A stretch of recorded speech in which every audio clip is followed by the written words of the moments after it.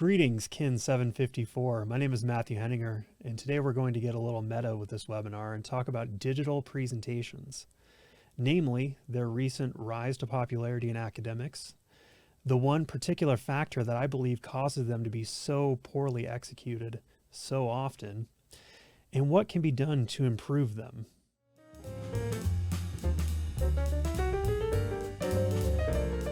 Beyond the unprecedented number of students forced to shift to remote learning during the pandemic, with estimates as high as 85% of all U.S. college students, the years since the COVID outbreak have seen a dramatic increase in the number of students participating in online coursework.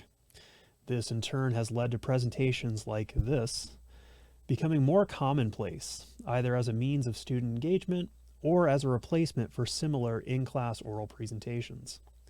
The quality of these presentations varies wildly, however, but in my experience, they are generally lackluster. A bit of background. Outside of my coursework, I produce digital content for a variety of clients, and I'm keenly aware of the rigors of crafting compelling multimedia. Unfortunately, this has also made me something of a tough critic of anything in the digital space that falls short of this. And unfortunately, many presentations that I've encountered in recent years wind up in this camp. But why is that?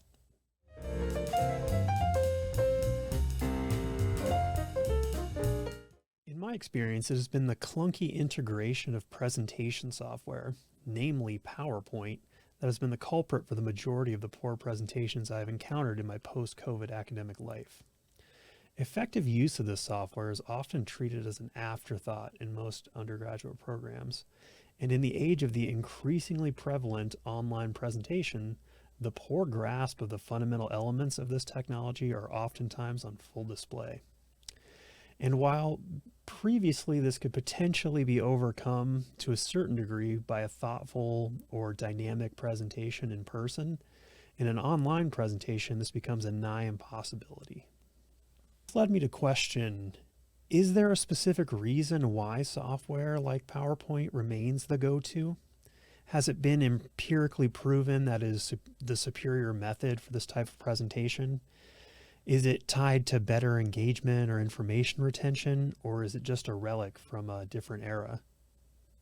While there are a number of studies that provide conflicting information on the efficacy of PowerPoint presentations, I want to highlight one paper in particular that I feel best exemplifies the faulty reasoning behind the decision to continue using PowerPoint as the default for online presentations. A 2008 study conducted by researchers at Purdue University looked at the exam results from students who were given three different types of lectures. One, a traditional chalk and talk format, one being a PowerPoint presentation, and a control group who were given no lecture at all, but were left to read the relevant chapters in the textbook that related to the presentations given in person. While the results found that both the in-person style lectures, the PowerPoint and traditional, showed significantly higher scores compared to the no lecture groups in terms of categories of information retention, that included audio, graphic, alphanumeric, and audio-visual, the results between the PowerPoint and traditional lecture group were not at all dramatic. Aside from the 15% advantage seen in the traditional lectures over the PowerPoint in terms of audio information retention, there were no significant differences between the PowerPoint group and the traditional group in any of the other metrics that they measured.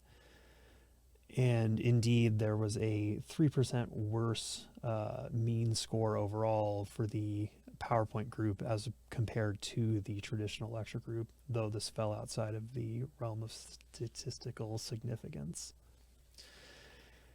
The researchers also surmised that looking at this data, it was more important to intelligently integrate technology when it comes to presenting information, as opposed to blindly choosing a technology, in this case PowerPoint, based purely on preference or tradition alone.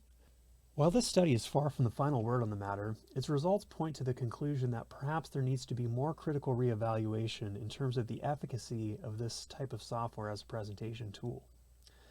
It also points to the need we have as presenters to investigate what alternatives might exist in today's diverse software marketplace for presentations such as this. After all, one doesn't have to look far to find detractors to the ubiquity of PowerPoint decks.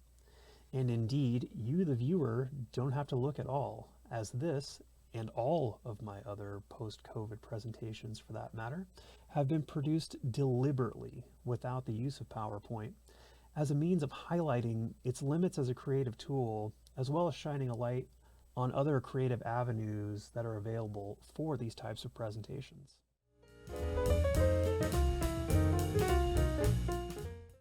Before we can take steps to improve, it is important to note what is going wrong when using PowerPoint for these asynchronous presentations. To contextualize the most egregious pitfall I experience when viewing slide presentations, I'd like to point out two key statistics I found while researching this video. The first comes from a survey conducted for the Journal of E-Learning of international undergraduate students pertaining to the benefits as well as difficulties associated with the switch to online learning during the pandemic. Listed among the top challenges to learning for nearly 43% of those surveyed was boring class presentations from their instructors. Now, the second figure comes from a survey conducted by the blog Think Outside the Slide that reports that of the 236 respondents in their poll of PowerPoint presentation annoyances, 64% listed reading the slides as being the most annoying facet of PowerPoint presentations. Case in point, the urge to simply record yourself narrating slides is often too great for most to overcome, and as a result, there are countless videos existing out there of presenters simply reading research bullet points to themselves, which is far from the ideal if you're trying to make a compelling case for your findings. And I agree, this may ring a tad hypocritical from somebody who's currently using a teleprompter right now, but in my defense, those bullet points aren't really available for you guys to read on your end. So how do we deliver a more compelling remote presentation? According to Georgetown professor Sarah Gershman in a column she wrote for the Harvard Business Review, the keys to effective virtual presentations are empathizing with your audience, that is to say, imagine their experience on the other side of the screen. Strike a conversational tone, ask rhetorical questions to encourage deeper engagement, and utilize any chat or comment sections that are available to foster further discussion amongst your listeners.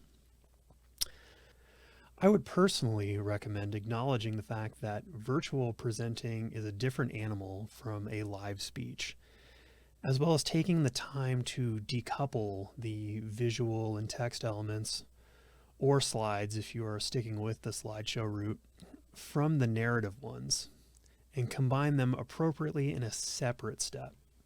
This will help you see them as distinct from each other and keep you from using those elements as a makeshift script as you go.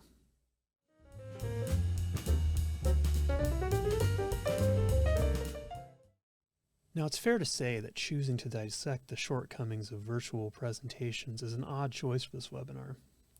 While there are a myriad of other topics from the broader world of kinesiology I could have chosen to focus on, I sincerely felt that some light needed to be shed on what I have observed to be a largely ignored, but increasingly vital aspect of scientific communication. Virtual presentation is very much a unique skill set, and one that requires an approach that is poorly served utilizing the legacy tools of in-person oral presentations. As both a scientist and a staunch proponent of creativity in the visual arts, it pains me to see such a perfunctory effort paid to experimentation with the medium, especially in the wake of new and widely accessible tools for content generation. I will freely admit that this essay itself is far from perfect. I am very much still a student of video production and of scientific communication. I will also admit that I am far from the most competent adjudicator of the work of others. It is not the intention of this treatise to demean or impugn the work of my colleagues or peers, but instead I hope that I have been able to spur some level of self-reflection about the approach to these projects that one might take in the future. And hopefully I've inspired some of you to create something beyond the typical PowerPoint for your next presentation. And hey, at the very least, you got to listen to some fun royalty-free jazz. So